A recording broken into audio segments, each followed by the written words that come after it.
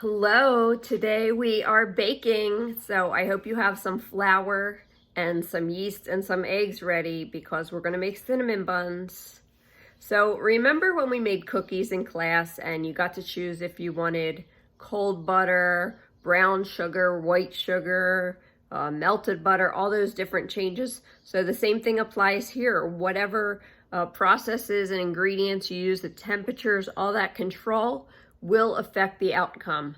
And the other thing is that normally in class we only let it rise one time. I put them out the night before we're going to bake and they rise in the morning, but because we're at home, I'm going to let them rise overnight, cut them, and then let them rise again. Okay, here's all our ingredients. I have everything out. I'm going to pre-measure. I will list the recipe down below with all the ingredients, but basically we have some warm water, some baking flour, just simple all-purpose flour, some milk. I'm going to use oat milk. You'll need some yeast, an egg, you'll need butter, sugar, and if you want pecans and raisins, that's fantastic. They're optional.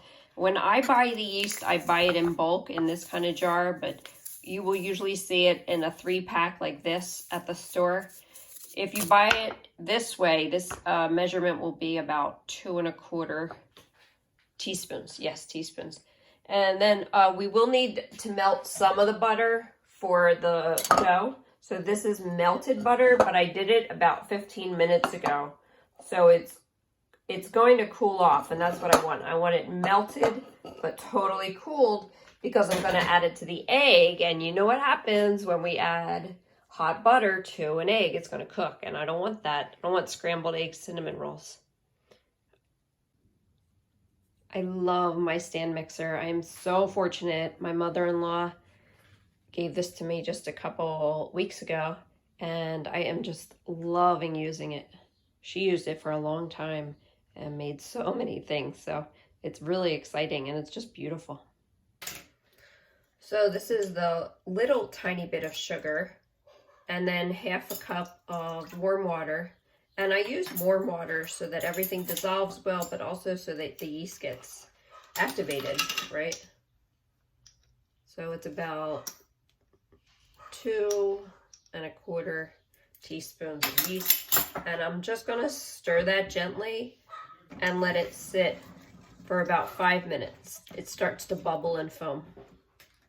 Okay, the next step is to add the egg, just slightly beaten.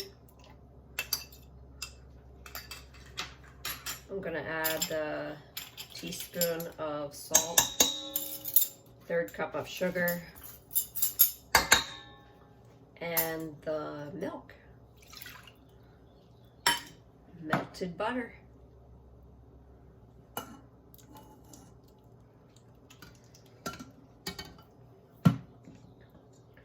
I'm just going to mix that till it comes together very lightly.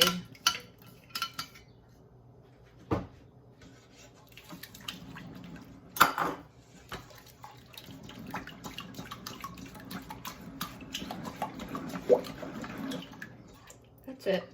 All looks good.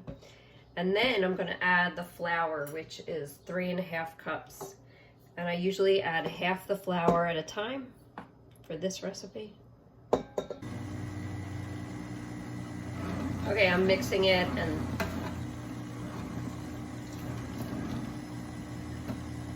it looks like it's all been coated. So now I'm going to go ahead and add the rest of my flour.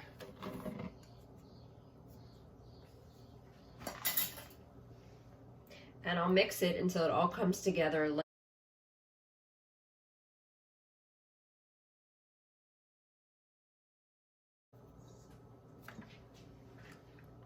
Once the dough gets to be a little bit stiff, it'll still be a little bit sticky.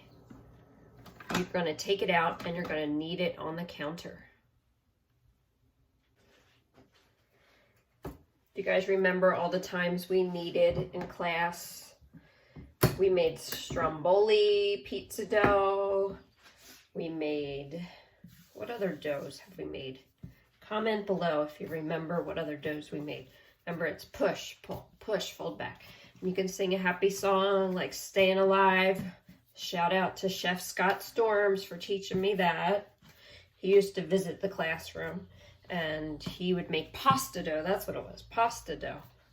Push, fold back, push, fold back. And I think the best thing about letting this rise is that it will correct a lot of mistakes.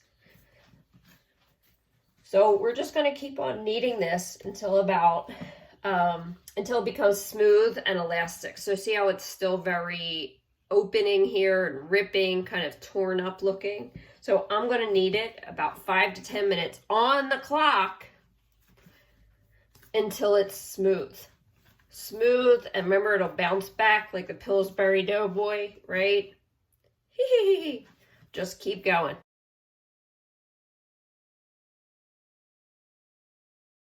All right, here we go. It's beautiful, it's smooth, it bounces back. Just great texture right now. Smooth like pizza dough. So I'm gonna put it in a greased bowl and let it rise for about an hour and a half. I'm going to cover it right now. Okay, I'm going to cover it with a damp cloth. So the cloth is not dripping wet, just a little bit damp. And I'm going to leave that right here near my oven for about an hour and a half. While we're waiting for the dough to rise, I'm going to make the filling. So I have about a 1/4 cup of butter soft. So you can see it's not melted, maybe half hour, 45 minutes out of the fridge. And I have 1½ tablespoons of cinnamon and 3/4 cup of sugar. And I'm just gonna make this come together. You could use a fork or a dough cutter. One time I made these for New Year's breakfast. It was so amazing. And that's really when I learned about letting it rise twice. I made them.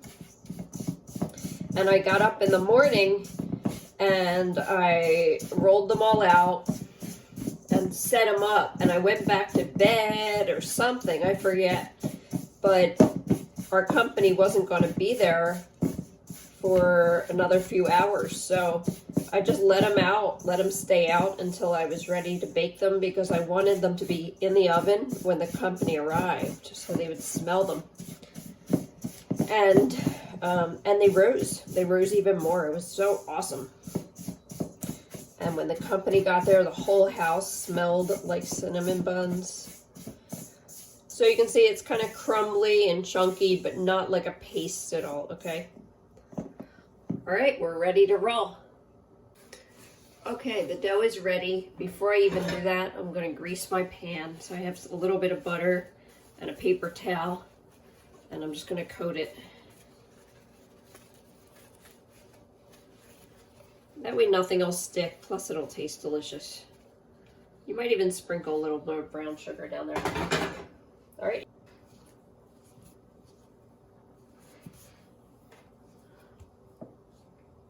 If you think about that place at the mall, they have some kind of like ruler on the edge, so they make it exact same size every time. I think this recipe makes about 15 cinnamon rolls. So we're going to stretch it into a rectangle. It should be pretty pliable without tearing.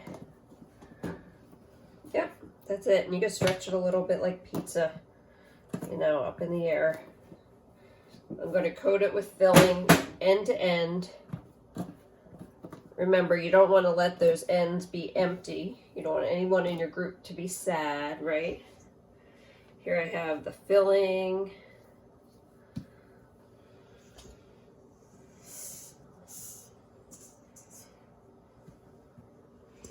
And I'm just going to spread it all over.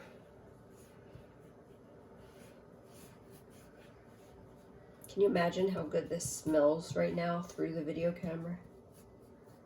It smells so good. Very even, right? Try to get even.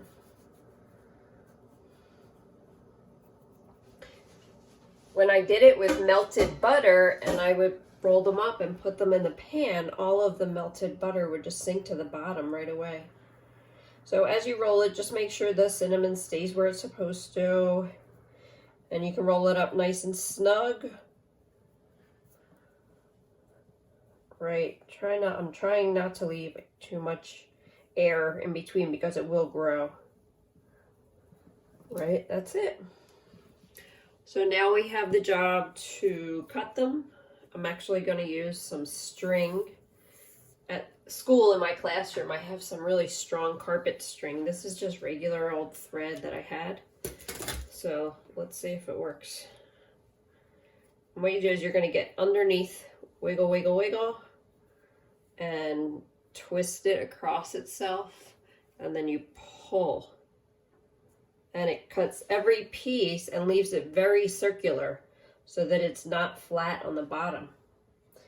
Right? Nobody likes when it's flat on the bottom.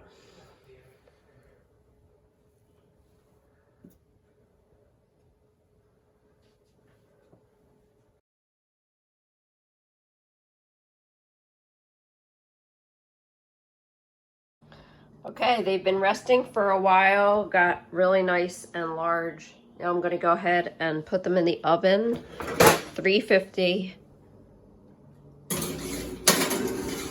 That'll be for about 25 to 30 minutes. You'll see the tops will get brown. In the meantime, we're going to make the glaze.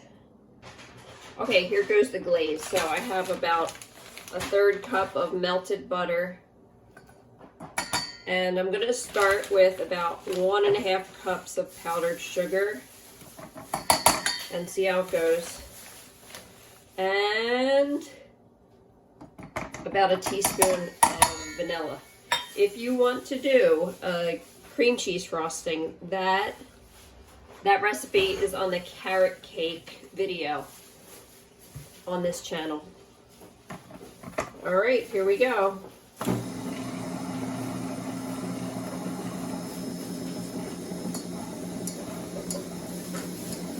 So you can see the vanilla definitely discolors it, but on cinnamon rolls it's okay.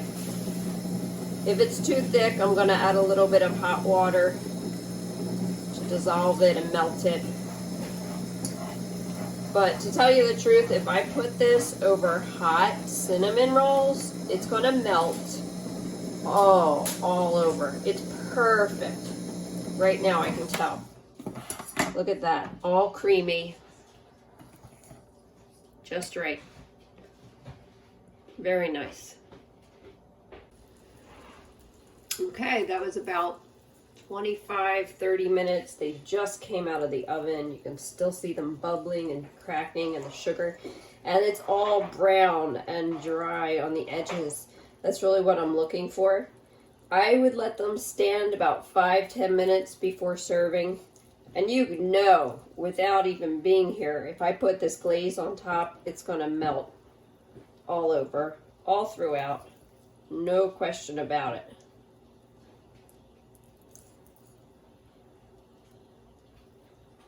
So you can imagine what the classroom smells like on the day that we make these. I actually added a whole lot of pecans on the bottom of the pan also. But you could put the pecans into the rolls when you do that too.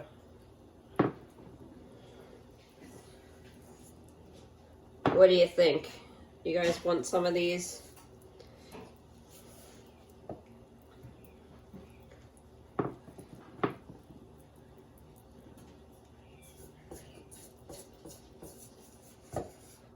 I used up all the glaze all over. It'll sink into the nooks and crannies. You can see it instantly melts. Oh my goodness. And again, if you want the cream cheese frosting instead, go ahead and look for the carrot cake video on my channel.